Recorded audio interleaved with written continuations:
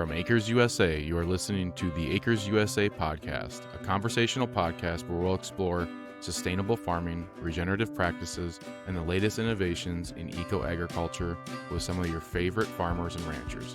I'm your host, Taylor Henry, the owner and CEO of Acres USA. Welcome to the Acres USA podcast. All right, I'm joined by Justin Pettit of Santa Carota Beef. Justin, thanks for joining us today. We're excited to talk to you. I think you're doing some really unique things in the grass-fed beef world. But welcome to our show. How's everything going out on the ranch these days? What are you guys working on? It's Taylor. Thanks for having me. It's going well. We got some rain, which is nice. So onwards and upwards with that. We were a little worried for a bit, but I think it's going to end up being a good year. Yeah, and you guys are located out in Bakersfield, California. Do you want to talk a little bit about the scale of your operation and, how long? What's the history of it? Yeah, so we are in Bakersfield, California. That's the home of the baby carrot, and we are 8 and 10 miles from the two biggest carrot producers. Um, and so we've essentially built our entire operation the around carrot production. In the mid to late 80s, my grandfather tried to buy a stack of hay from Bill Bolthouse that was grown with wastewater. So they rinse the carrots, for 2 or 3 days, and then the water goes out to the back pasture, and they'll grow non-consumable, non-human food with it.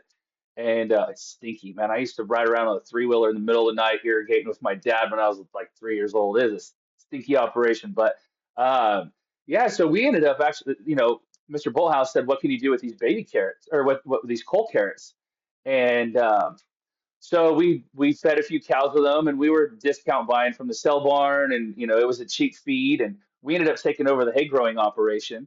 And as the carrot operations grew, we had to grow with it. We ended up, moving off-site and buying some ground, leasing some ground, and we tried everything from cutter cows, which they worked because even when they start losing their teeth, um, they could still, eat some carrot pieces and wiggle a carrot around and eat it. And so we could put pounds on them before they go to, before they're harvested.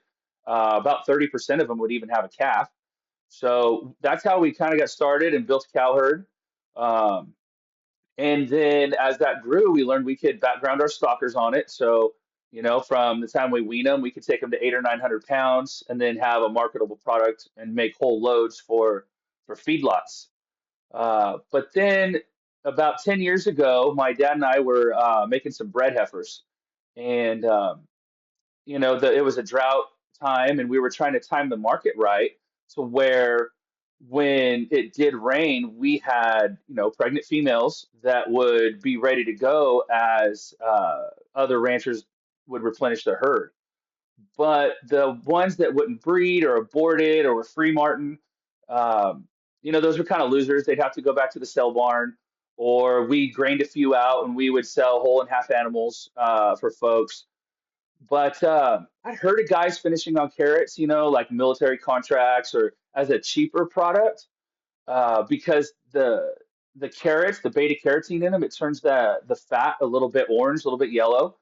And so we're like, okay, but the grass-fed movement is here and it's coming, and it's really kind of broke the ice for this.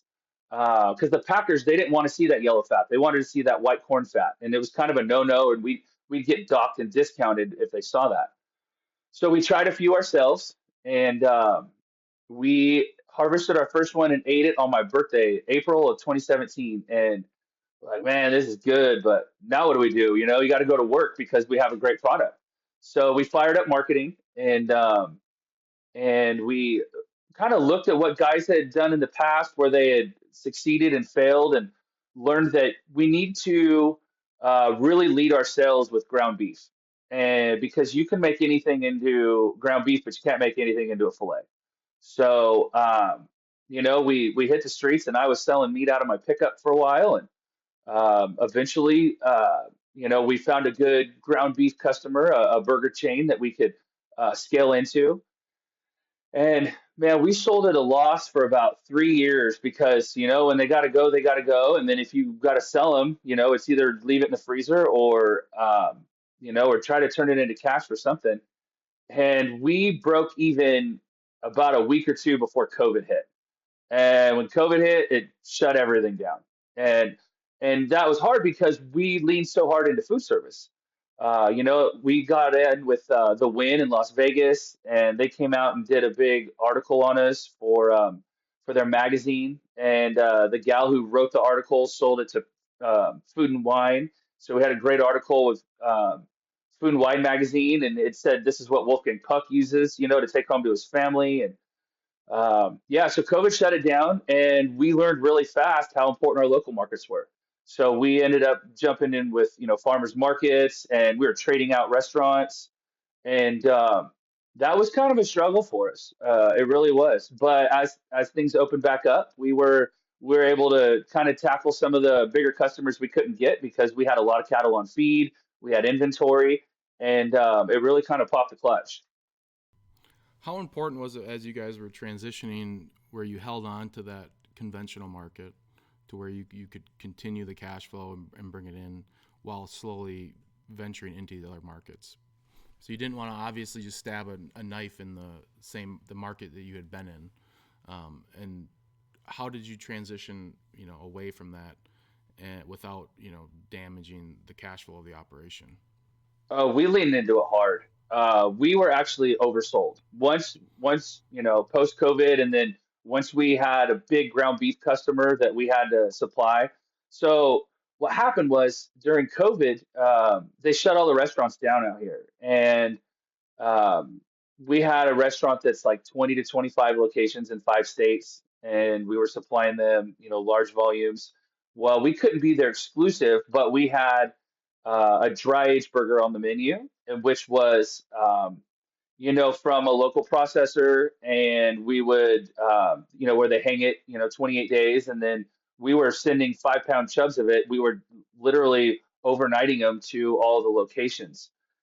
And then as they shut down to 5 locations takeout only, we were really able to tackle the big elephant in the room. And as they opened up, we launched with them. And so we immediately had a huge customer and had to go out and sell steaks. Yeah, I think you mentioned an important piece of that. Like you need to nail the burger market first because what is in your guys' math, what percentage of that carcass is made into burger? About 50% of it goes to burger. And Yeah. if you can get a good price for your burger, which is very important, very important, if you can get a decent price with it, then um, you could put top sirloin in there if you need to. If you don't have a home for your tops, if you're long on Right. that, you can put some short rib meat in there. And so that helped a lot. But if you're constantly long on ground beef, it destroys your cash flow. Yeah. For anybody who's tried to do this and vertically integrate, I'm sure they know what I'm talking about. You could sell out of steaks and still have pallets of ground beef and have nowhere to go with it, and need to harvest more because you're out of steaks. Yeah. So do you consider it kind of a loss leader where you technically you lose a little bit money on the burger, and then you make up and make a lot of the cash on the steaks, or are you guys profitable on the burger operation right now? No, we're profitable on the burger operation. That's Yeah. the key point to it. That's a big part of it, and that helps the cash flow. Our burger's amazing. It really is, and because of the carrots, um, and this is a big part of the ground beef, I should say, because we're leaving this out. We offer a 70/30 blend, and that's what we lean into with our burger customers because the viscosity of the carrot is so light because the carrots are water instead of grain. You know, uh, Carrots about 90% water. So if a cow's going to eat 15 pounds of grain, now it's got to eat 150 pounds of carrots to get the same, 15 pounds of dry matter. So the viscosity of the fat in it is very light. So we can offer a very fatty ground beef blend, and it's still an enjoyable eating experience. You don't feel heavy afterwards because the B vitamins in it are so high. We had our 70/30 tested, and um, 4 ounces of our 70/30 is 80% of your daily B12. So Hmm. it's off the charts with it. And, when we have moms saying, well, wow, I can't get my kids to eat carrots, but I can get, um, they'll eat, ground beef or sloppy joes or a burger or whatever, then it's a win-win. Yeah, that is interesting. What is what did you guys notice when you started feeding the carrots? What type of health benefits or issues did you run into? Do you have to adjust anything with the animals for them to perform well on the carrots? Well, because we have been feeding carrots for, decades, we knew that you have to have grass alongside of it. And most of our fields are, big 500 to 1,000 acre pastures, to where they're eating native grasses, and then we can still get, it's rolling foothills, so you can get daily deliveries of carrots coming in there. So, in dumps or belt trailers or bottom dumps. And then the smaller fields where the grass isn't year round, we offer like a sedan grass, so you have to have a little bit of roughage with it. Too much carrots, they don't gain as well. They can overeat on them. It's just, the health benefits of having that scratch in their stomach, it slows the carrot water down, is very beneficial. And they love the carrots. I mean, they come running off the hills for them. It's like candy. We do have to offer a lot of salt. They go through so much salt because of the water in their diet. But the cattle are healthy. I mean, healthy cattle makes healthy beef, makes healthy people. And I think also offering them, because we are like a free range concept, they can get up, move around. It gets the nutrients from the carrots working in their muscle tissue, and so and they're not as exposed, as they would be in a more dense feedlot. Um, we don't see a whole lot of death loss um, or sickness. Even in the summer months when it's really hot, the carrots are cold coming out of the processor, and they'll like lay on the carrots, and it cools them off. That's cool. Do you notice anything on the ground? Do you try to spread around where you drop the carrots, where you feed them? And are you noticing that, or are you kind of sacrificing areas where you drop the carrots and you're not growing much grass, or you're actually moving those nutrients around the pastures? A little of both. So we'll spread them out with a box scraper as they come in, and so the carrots will dry. They'll preserve longer. They don't mold up. The ground, the heavily concentrated areas or the more concentrated areas, the grass won't grow for as fast right there. I asked some of our carrot, biologists about it, and they just said, look, it's because there's just so much organic matter at once. It's like compost. So it's, if you left it alone for a little bit, and we have, so we'll notice, we feed for a while, and then some of the big open pastures, you leave it alone, and the grass will come right back. But the heavy concentrated areas, not so much, but it's not farmable ground. It's rolling rocky foothills, things that would only have grass on it for 3 or 4 months anyway. Yeah. What are you seeing? Because you guys came from more of a conventional background, uh, where you were feeding grain to the cattle. What is like the weight gain and daily gain differences between grain fed and the way you finish with carrots now? So the grain fed, man, those guys are bigger, faster, stronger. And we never took everything. We never finished cattle on grain. We would just sell, 9 weights to the feedlots. So we never got involved in that. But we're not getting this, 4 or 5 pound a day gain. We do about 2.5 pounds a day. It's a slower gain, and we harvest them, 22 to 24 months out. So where instead of getting their energy from a starch like a grain, they're getting it from a sugar like a natural grass. And so it is a slower gain. It does take longer. There is more time on feed. So, cost wise, it's about the same, but it might cost a little bit more because of the time on feed. But, we're actually chasing the flavor profile and nutrition for our customers. Right. Do you notice? I guess is this type of operation something that you could see replicated in different areas, or are you? I guess you have an advantage. Obviously, you're in the carrot producing mecca. But is this something that you could see even other types of root vegetables where people could use and implement it into their cattle operation? I do. I think I've heard of some potato guys, up north, finishing on potatoes. That's a starch, so you're veering away from the grass fed. Potatoes, though, we fed them in the past, and they're bigger and they can choke on them. So you got to run them over. And they're okay on them if they're not really hungry when they eat them. So we feed carrots alongside of them or grass. But if they're waiting on a potato truck and they're really hungry and they go right to them, they'll eat too fast and they can choke. So there are some disadvantages to it. Um, and then I've heard of some guys doing citrus just north of us, but they mix it with a lot of grass and a lot of some grains with it. They're just adding sugar to the diet. But I do see it replicated, and where we're from, um, we there's a lot of big dairies, and the dairies use a lot of this byproduct as well. So, if they're short on silage in the spring, they can supplement with some wet feeds and dry cow hay and kind of mix that for their ration. So, feeding byproducts is no stranger to our area. But as far as like a carrot finished operation, I feel like our name and our brand's out there, and we've really cornered the market on it. That, and we're 8 and 10 miles from the two big producers, and it costs more to haul a carrot than it does to buy it. So if we were 20 or 30 miles away, the price would double, just because you're hauling water so far. Yeah, yeah, for sure. Um, what what are some of your guys' challenges in the region that you're in? Are you normally really dry? Is it what is like your paddock or acres type setup where how many animals can you get on per acre, and then how does the carrots help that? Oh, so the carrots help, stretch the feed out to make the grass last longer.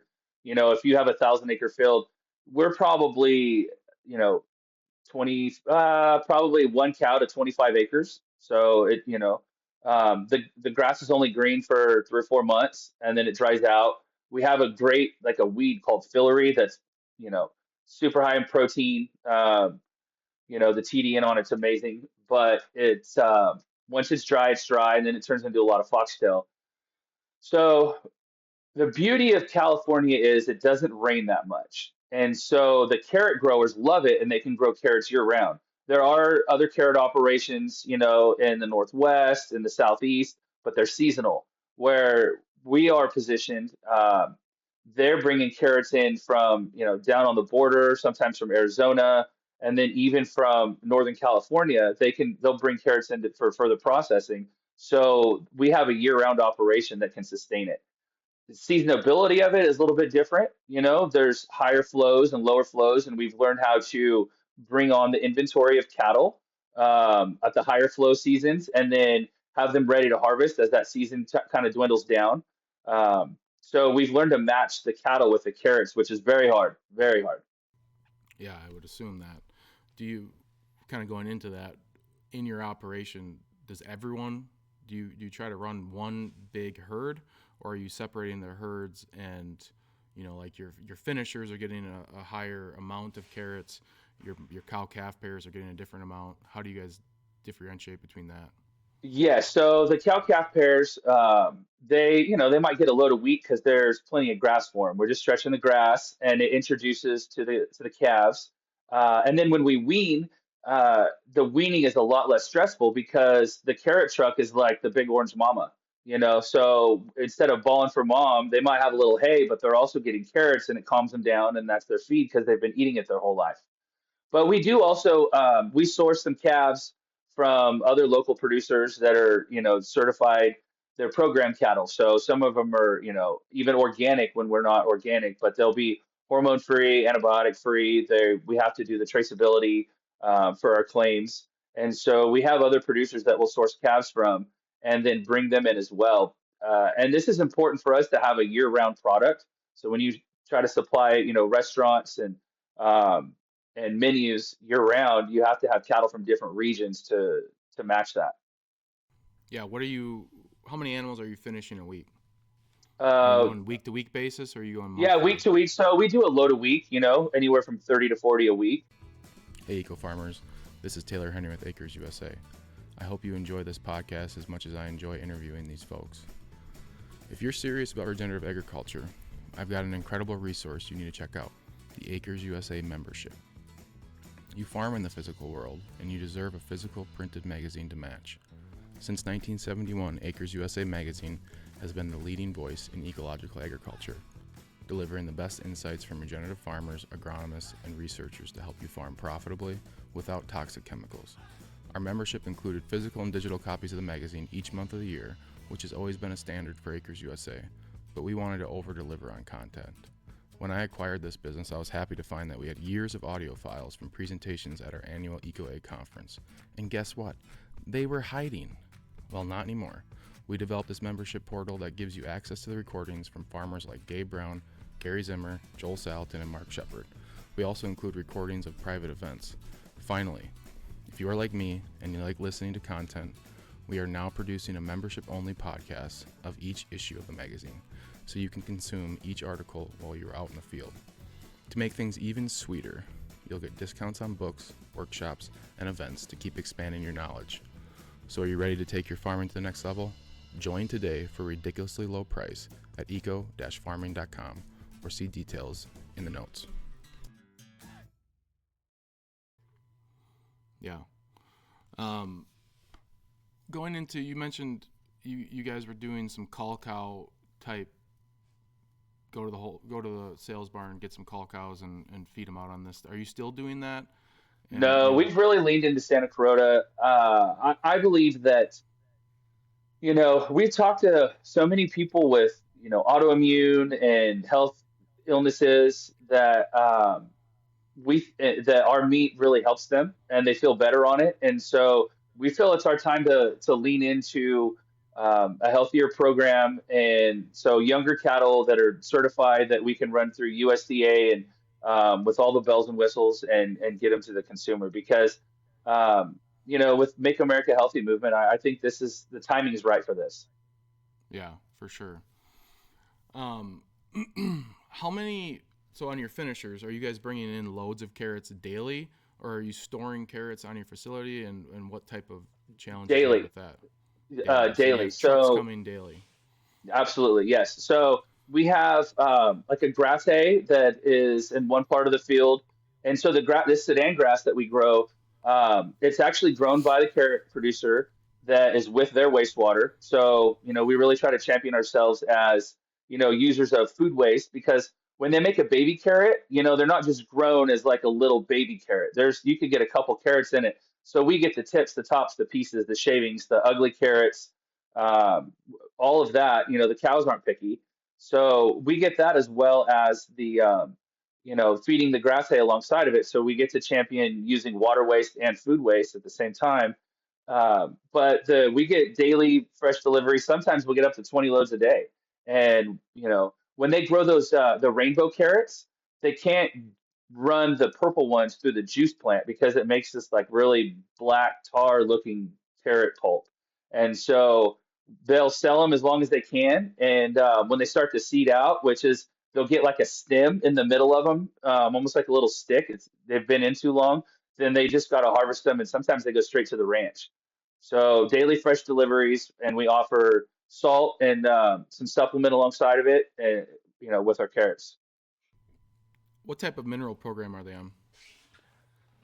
So they're on a sorghum base. We don't do a corn base.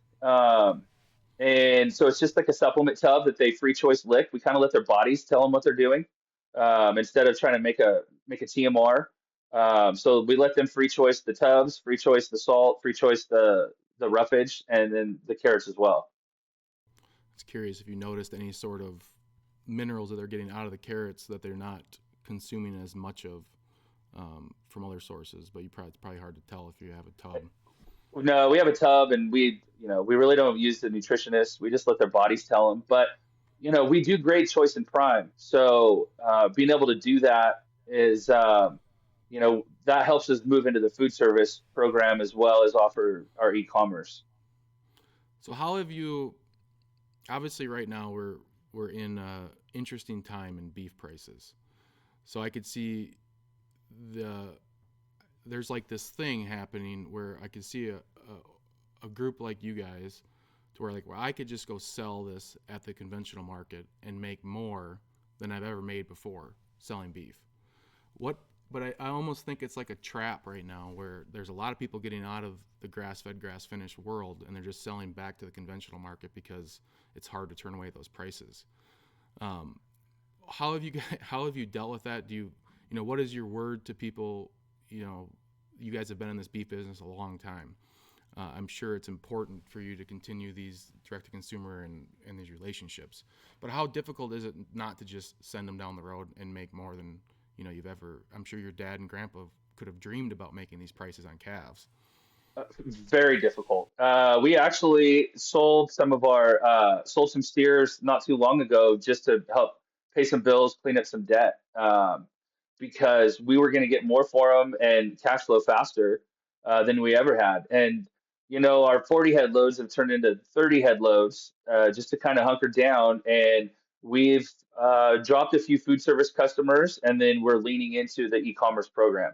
I think that is where it keeps longer. You can store it as a frozen item, and then you can ship it to food deserts and people who don't have access to healthier meat. But you know, with like you're saying, with this with these prices, we've sold some of our calves just to kind of help pay for the Santa Carota operation. Yeah, I mean it's hard to ignore them. Um, I worry about people, you know, giving up on those other markets and just moving back into this. And how long, like in your guys' expert opinion, how long do you see this market either continuing to increase or remaining where it's at? Well, with the national herd down so much, it's really tough. These you see, stock market crash yesterday, and feeder cattle are still through the roof. Sourcing cattle is really tough for us too. Sometimes we're waiting on guys to preg their heifers and just buy the opens. It's not easy, but I think it becomes kind of a moral fight too. We have to, if you believe in it, you have to keep fighting for it, no matter what it takes, and it'll turn around. I don't have a crystal ball to tell you how long that'll take. I think the short-term solution for a lot of this, you see a lot of beef on dairy cross going in, and they're filling up feedlots, and that as much as you know want to shy away from factory farming, it's serving a purpose and it's filling a hole. So we're I don't have the answer for the long term. I just know that we're going to stay in the fight as absolute long as we can and go down fighting because, uh, you know, clean food is medicine for a lot of people. And why should we have that, $2,000 EpiPen, when we can get out there and do some good. And we're big believers. We believe that God put us on this mission and that we're going to see this thing through. Yeah. How have you adjusted your guys' price to either the end consumer or your suppliers to adjust to the markets? Because I think a lot of times the grass fed market seems to lag behind a little bit, and you don't get the bump that you probably deserve for holding an animal an extra 8 to 12 months. Have you guys had luck with getting that premium price for the grass fed product? We have, Compared, we yeah, have, and we do, as far as because we do grade and we can go into some of these food service accounts, but man, last year was tough. That was a tough economy for a white tablecloth program. And when you ask for more money, you can lose customers too. You ask for another 50 cents a pound, another dollar a pound for your ribeyes. Strip loins for New York's are just so seasonal. So you might be getting $12 to $15 wholesale, one month, and then after the holidays, it just crashes in the commodities seven, Um, but that really pushed us into the direct to consumer market.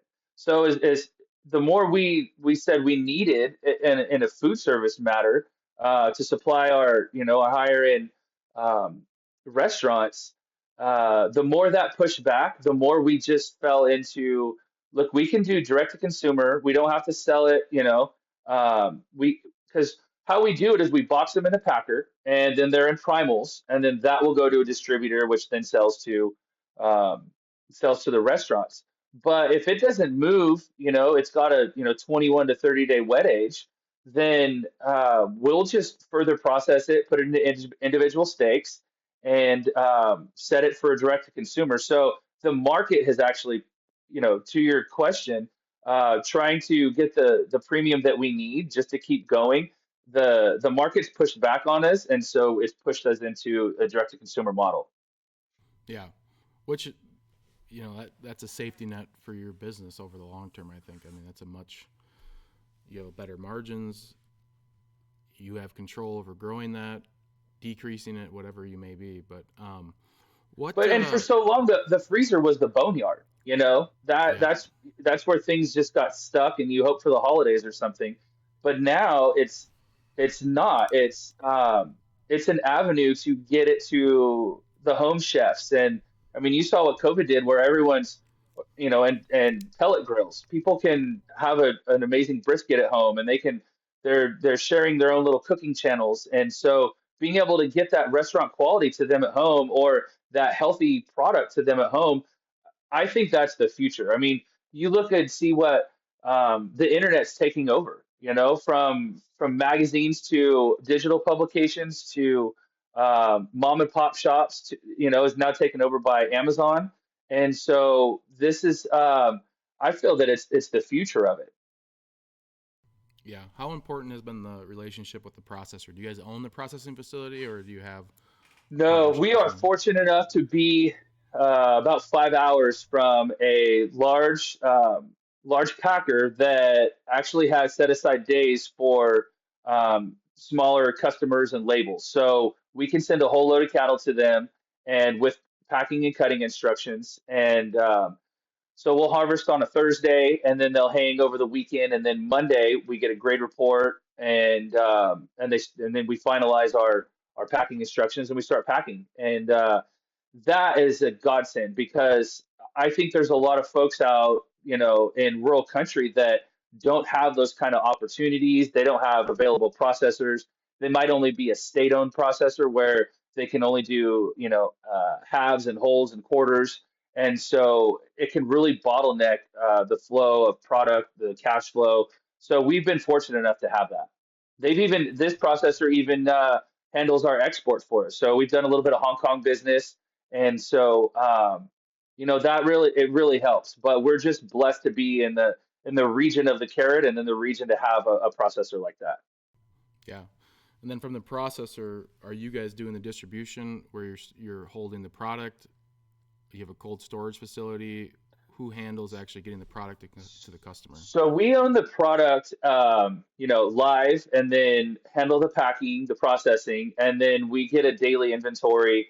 And from there, that's our sales sheet. So we sell off of that to, broadline distributors. And so we have some great, I have a seafood distributor in the Northeast.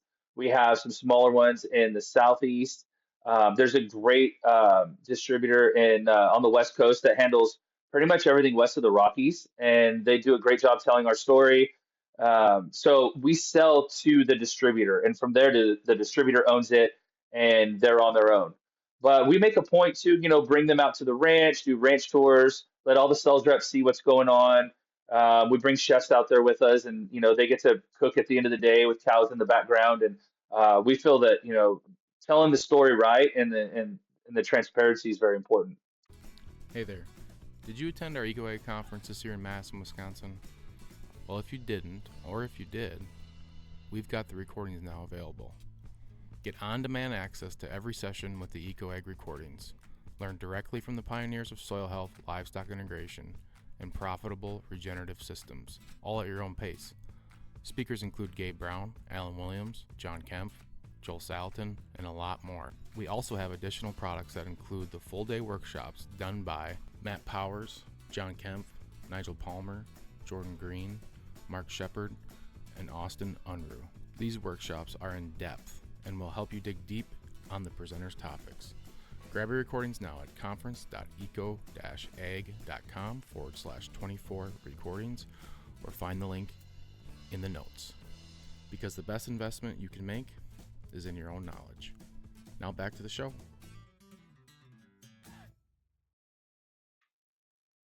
In your direct-to-consumer e-commerce business, who holds the product and then ships it for you? So we retain ownership. This is tough. The cash flow side of this, you want to lean into e-commerce, you want to lean into direct to consumer, but holding the inventory is so tough. And so we own it, and we work with a shipper called Delivery Cold, and we actually ship out of Texas with them because it's easier to hit 48 states from the middle of the country than trying to ship to New York from California, because it's a 3 or 4 day truck ride, and if it gets held over at a distribution center at like a FedEx or UPS. Monday morning, there's a melted meat box, a bad Yelp review, and it's a train wreck. So we partnered with someone that does shipping, that's you know has available dry ice on hand all the time, and so but the we don't get paid for the product until the product sells, and we split the sell with them. So it's a tough model. It's very scalable, but we're constantly have to promote our brand and promote sales and be it's another full-time job, I mean, if you had a warehouse full of widgets, you would spend full time selling the widgets. So um, it's created an entire new set of problems for us, but it's also created an entire new set of customers for us as well. Yeah, it's a whole other business. I think that's the difficult thing for folks to tackle. What does your team look like? So how many people internally do you guys, do you have kind of like a core group that handles the admin side of things? How large is your team? It's me and a secretary for sales in the office, and we've got a gal who helps us with social media. She does an amazing job, and she gets horseback and she can ride rope and get after it.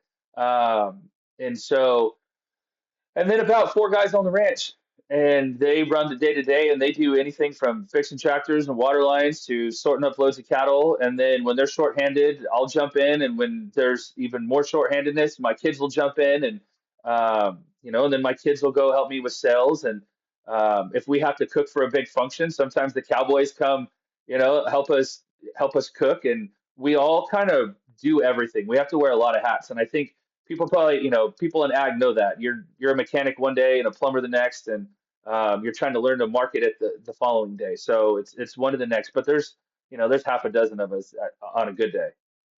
Yeah. No, we do a similar type model. We have sales guys and customer service people who all know how to move the cattle and fix water lines and get the Yeah. fence get the fence to where it needs to be. Sometimes you're emailing, on a dirt road while hauling cattle, and hey, I'm going to be out of service, and then I got to put the order in, and yes, it's a lot.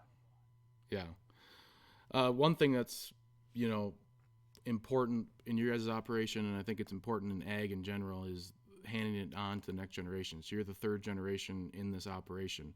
What do you take away from like what your grandpa did and what your dad did to actually give you guys responsibility and hand this thing off and give you an operation in good hands, versus what you've seen generally speaking across the ag world?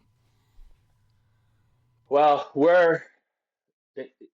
in California, I see it a lot, and I'm sure it's happening everywhere. Is a lot of private equities going into some of the bigger ag groups, try to make slower, steady margins.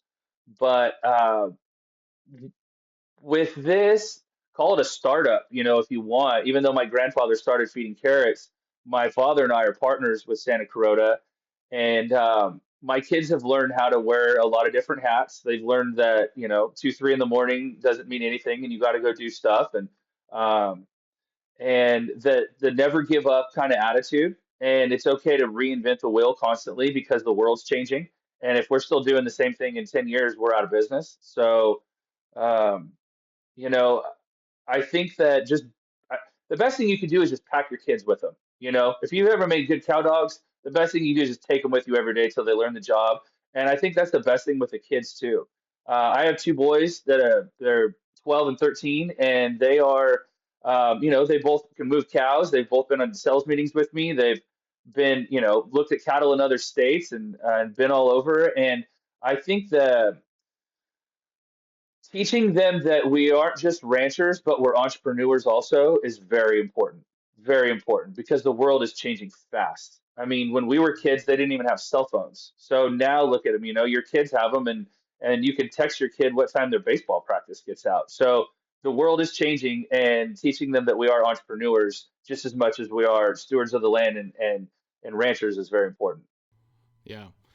I know some operations where, you'll have a 30 or 40-year-old son working with his dad, and he still has never seen the financials or the back end of the business. When did your dad start introducing you to some of those things and start handing over some of the responsibility to you? So we have a whole different model. My grandfather was a fireman to kind of subsidize the ranch, you know, as an income. My dad was a fireman to help kind of grow the ranch. I fought forest fires. So did my brother. So in the fall we would get laid off from our seasonal fire crews, and then we'd pick back up in late spring, early summer. So we got to work the ranch. And then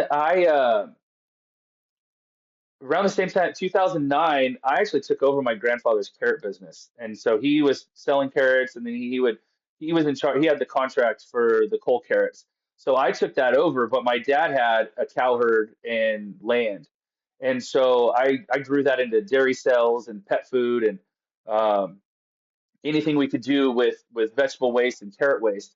And so I actually have handled the office side and the financial side more than my dad. And my dad handles the live cattle side, and I handle um, the marketing and the meat side. So we each kind of have our own lane we stay in, because if we were in the same lane, we would bump heads like nobody's business. And I think that's kind of a it's been a great model to come at backwards. It's like a reverse seer for a company, you know, and and it's worked for us. You know, he lets me do the meat sales and look at the books and the numbers, and we go over them together constantly. And but I don't tell him how to buy cows, and he doesn't tell me how to sell meat. But I help him, and he helps me, and we just assist each other along the way. Have you ever ventured? So you said you were into pet foods. Have you guys gotten into, combining those carrots with the actual beef at all to produce No, pet we've food? we've looked at it, but we're so stretched thin, and you're trying to rub nickels together to add on another, you know, another idea and another process. It would be really hard. I mean, we'll dry some of our excess or excess carrots and sell them into it for an ingredient company for the processing. It's just it's an overflow for the carrots when we don't have enough cattle for them or there's too much carrots. Yeah. Well, it's smart. You have avenues for all of your different products. What is your message to, new producers, either even people getting into the beef world now? I think we're going to have, kind of an influx of folks pivoting from other type of ventures into the beef world with the prices the way they are. What is your, I guess, message to them? How do we have really successful ranches and ranchers over the next 20, 30 years? I mean, watch your pennies so your dollars take care of themselves is important, but also transparency. We have to tell our story. There's a lot of brands and great marketing out there that you don't even know if they're owned by a big packer or a foreign entity. So I think social media is huge. I think podcasts like this are amazing, and you have to tell your story, even if it's just fixing a water line or something funny that happened on the ranch. I mean, we had a post that had 4 or 5 million views, and it was literally of a carrot truck unloading that cows were just running to eat the carrots. I've been watching carrot trucks unload my whole life, and I didn't even think anything of it, but the world had never seen that. So I think that people want to know where their food comes from, and so the more we can tell our story of how we grow it, that they get to decide. And if if somebody's not being transparent about it, that's who you want to question. But we have to get out there and tell our story because we've never had the tools to do this before like we have. Never. For people to see what we do on a day-to-day basis and talk to each other and raise each other up and just show what we do, bring the family involved. No one got to see that before, but now we really get to see that. So I think telling our story is the most important thing we could do. Yeah, marketing 101, right? Yep. Um, yeah, that's where do you guys see where do you see the most scaling happening for your operation? Is I it think the direct direct to consumer consumer. e-commerce? Yeah. Yeah, I think that's it. I think the more that people are digging into, man, COVID woke a lot of people up on they had a lot of time on the internet to research, I feel like. And we saw the bottleneck of cattle, when a packing house goes down and the supply chain. And so um, I feel that for transparency to tell our story and to get our product to people, that I see direct to consumer and e-commerce, we're going to just keep leaning into that more and more and more because less and less people are flying to Vegas for $1,000 steak when they can make the best steak you'll ever have is in your backyard. So if we can get that to them, I think that's very important. The logistics of it are tough, and we're all dealing with that. And for anybody listening, I mean, we all struggle with getting product to the consumer, but the supply chain, the more we chink at it, and every time we get a toehold and a foothold, the better it is for all of us. And we're going to keep leaning into that. Yeah. And that's like the challenge of it, I think, is if you can figure out how to get that steak or that box of meat to the consumer, that's like half the battle in this game. It's huge, and we never set out to do that. I'm sure you didn't either. I mean, we're ranchers. We're not shippers. We're not Amazon or FedEx. And so learning how to do that, and then the dry ice, and you can't overnight dry ice because it's a hazmat, and then so you have to. And if you try to overnight something, then it's super expensive, and you're pricing the beef out of where it should be. It's very tough. And then once it leaves the shipping facility or your facility, it's out of your hands. It's literally on someone else's hands that you don't know if the truck's going to break down or they call in sick or anything can happen. And it's a perishable product. And this could be someone's anniversary meal or they're buying in bulk, because you offer to sell and they're going to fill their freezer with it. Anything can go wrong in the transportation side of it. But I do think that we're fine tuning it, we're honing in on it, and we're having to learn new skills, And I think the next generation coming up is going to be a big key component of that. That's not scared to learn new skills, learn new technology, and learn new logistics. What are some of the main questions or feedback you get? Like someone gets your beef and they're like, "Oh, it looks a little bit different than what I'm used to." Do you try to educate them before they buy on that, or are you seeing any sort of pushback where it's like, "Oh, this is kind of weird looking meat"? It's not too much different, I mean, uh, I think homegrown meat looks different than store-bought meat sometimes, but um, we do. I had to learn. You don't tell a chef how to cook it, but in at home you can say, "Hey guys, look, this cooks a little bit faster." So if you've ever cooked grass-fed meat, it cooks faster. Ours is the same way, but ours because of the carrot, the moisture in the carrot, it fills that muscle tissue like a water balloon. It stretches and the elasticity expands it, and so it's very tender. It's very juicy, and it can cook really fast. And so you can overcook it. If you leave it on, if you try to cook it like a conventional steak, you can overcook our meat a little bit. So that can be a struggle. And if people ask, hey, the fat's a little yellow or whatnot, but look, carrots are orange, the majority of the carrots we feed are orange, and what the animal eats is what it puts out. But the nutrition is amazing, and we don't get as much pushback because they know they're getting something different. If you're expecting a corn-fed steak and you order ours, then it's not going to be the same. But if you know that you're going to get something different, then and have an open mind, I think you'll be just fine. Yeah. Well, what is where do you guys have events on your farm fairly often? Yeah, we do. I mean, we try. They're kind of just winding down, but we try to have folks out in the spring where they're typically been our food service customers and chefs, but we'd love to have folks out, just show them what we do. Last year we rented a bunch of side by sides and just did a big 4 mile tour and showed everyone the green hills and had some chefs cook for us at the end and. Uh, so occasionally, but they're not as scheduled as some other ranches. Yeah. So, what is the best place for folks to find out some more information about your guys' operation and buy some meat from you? Yeah, you can go to our website at santacarota.com. That's SANTACAROTA.com. You can find us on social media. We're on X, we're on Instagram. If you want to go back through and kind of see the history of our development, our Instagram page is a great spot because that was our first social media we launched on, as well as Facebook. But you can see the progression of what we've done and where we started, and you can find links to purchase our meat on as well there. Awesome. Well, I would definitely recommend anyone going to their socials. I mean, you guys are running kind of a masterclass on how to market direct-to-consumer type businesses, and I've been following you guys for a long time, and you do a really good job. So thanks for all the work that you do, and keep fighting the good fight. Awesome. Hey, Taylor, thanks for having me. I appreciate it. Absolutely. Thanks, Justin. Thank you for listening to the Acres USA podcast, a podcast production of Acres USA. Find us on Spotify, Apple, Google Play, and other popular podcast platforms. Acres USA is North America's oldest publisher on production-scale organic and regenerative farming. For more than 50 years, our mission has been to help farmers, ranchers, and market gardeners grow food profitably, regeneratively, and with nature in mind. Find our books and other Acres USA media and learn about Acres USA events at acresusa.com.